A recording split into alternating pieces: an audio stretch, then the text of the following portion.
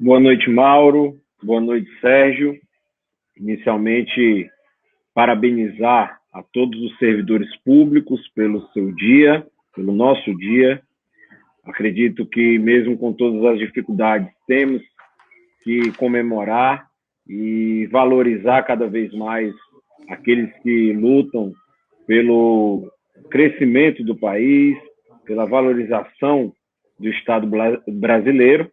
E, nesse sentido, nós temos aqui a honra, né, de homenagear o deputado, o professor Israel, que tem sido um guerreiro aí nessa luta em defesa do serviço público, como presidente da Frente Parlamentar Mista em defesa do serviço público, que tem tido um papel muito relevante, principalmente nesse período agora de reforma administrativa, né, com todas essas movimentações contrárias ao serviço público no nosso entendimento.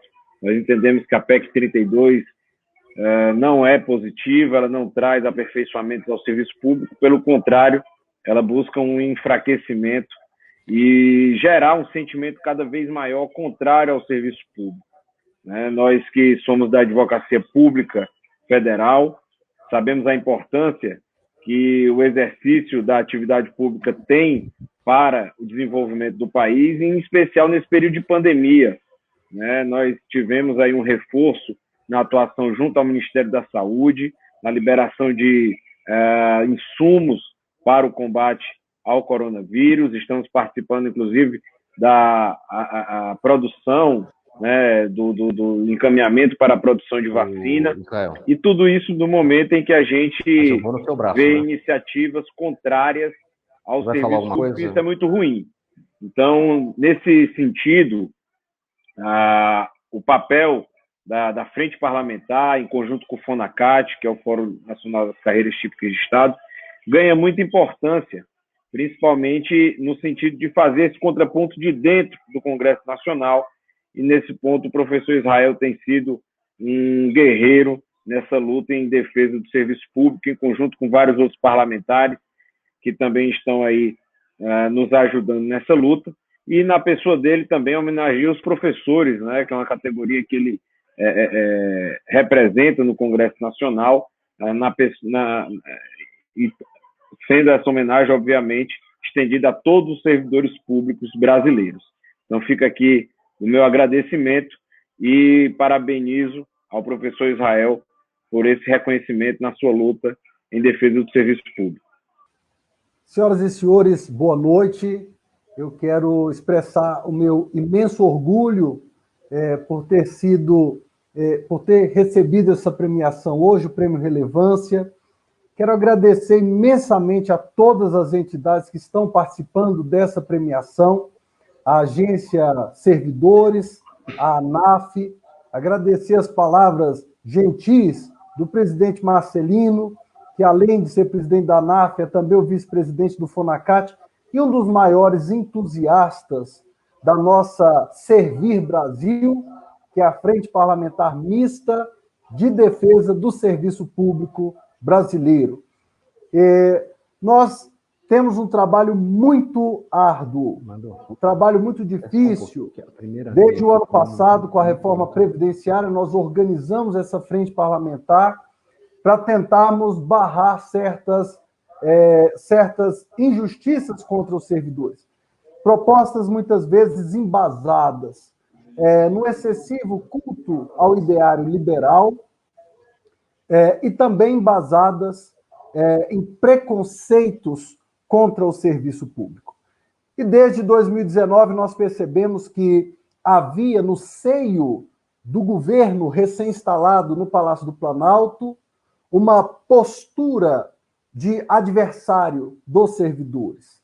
Eles entendiam que os servidores faziam parte de uma oposição automática ao governo.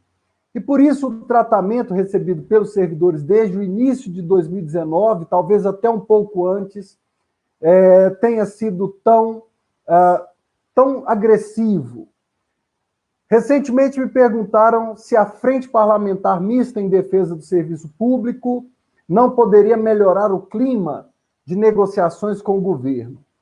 E eu disse que a nossa orientação da frente parlamentar era uma orientação de vigilância em relação ao governo, porque todos os gestos e todas as palavras provindas do governo tinham um tom de agressão, de vilanização do serviço público, de desmonte da máquina do Estado, que permitiu ao Brasil ser um país cumpridor dos seus deveres para com a sociedade. O Brasil, que desde 1988 tem ampliado a prestação de serviços públicos à população e garantido, ano após ano, o aumento da oferta de saúde, educação, segurança pública e assistência social. Então, por isso, a nossa recomendação é que os servidores ficassem atentos, porque muitas das medidas do governo teriam que ser rechaçadas com muita dureza. E é o que a Frente Parlamentar vem fazendo desde então. Agora nós recebemos no Congresso Nacional, como muito bem disse o presidente Marcelino, a PEC 32, PEC da reforma administrativa. Uma reforma administrativa que é necessária, mas que, com base no texto enviado pelo Poder Executivo, nós não podemos aceitar. Nós, servidores, nós da defesa do serviço público brasileiro, queremos uma proposta de reforma administrativa que nos escute, que nos dê atenção, que ouça o que temos a dizer, não uma proposta baseada simplesmente nos conceitos da iniciativa privada. A PEC 32 traz alguns problemas muito graves. Além de modificar profundamente a Carta Constitucional de 88, ela traz uma série de alterações, chega a acrescentar 4 artigos na Constituição Federal. Essa PEC, ela traz o fim da estabilidade como dos seus preceitos essenciais, estabilidade que foi o remédio constitucional prescrito contra o patrimonialismo e a tradicional confusão brasileira entre a esfera pública e a esfera privada. Ela traz a extinção do regime jurídico único e a criação de 5 novos tipos de vínculo entre os servidores e o Estado. E a gente sabe que o regime jurídico único foi um gesto civilizatório para organizar o Estado brasileiro. Essa PEC, além disso, traz também para o seio da Constituição alguns novos princípios, dentre os quais o princípio da subsidiariedade, com forte teor ideológico, que foi pela primeira vez positivado na Carta de Lavoro de Benito Mussolini, ainda nos anos 20. Um princípio que diz que o Estado deve agir de maneira complementar à iniciativa privada e que, por isso, pode entregar os serviços essenciais preconizados pela Carta Constitucional de 88 aos particulares. E, por último, a PEC 32, com a desculpa de modernizar o serviço público brasileiro e a administração do Estado, traz também no seu texto a autorização para que o presidente da República, os governadores e os prefeitos alterem a estrutura do Estado por decretos, extinguindo órgãos, autarquias, fundações e cargos públicos sem a anuência do poder legislativo. E isso nós não poderíamos aceitar, porque significaria o desossamento do Estado brasileiro, que se tornaria um corpo murcho, sem ossatura que o sustentasse. Estaríamos definitivamente submetidos aos ventos político-eleitorais. Então, por conta dos absurdos trazidos pela PEC 32, nós parlamentares resolvemos fortalecer a frente parlamentar mista em defesa do serviço público. E eu quero agradecer a cada uma das entidades que tem contribuído todos os meses num esforço coletivo para manter a frente de pé e forte, A nossa frente agora tem um nome que vem a público, Frente Servir Brasil. Então, nós agora vamos atuar, eu gostaria de encerrar explicando essa atuação da frente, para que todos os servidores que estejam nos ouvindo possam entender o que está acontecendo e como nós estamos agindo. A Frente Servir Brasil está nas redes sociais. É o @ServirBrasil. E, é claro, vocês podem também acompanhar as redes dos membros da mesa, que daqui a pouco eu vou falar.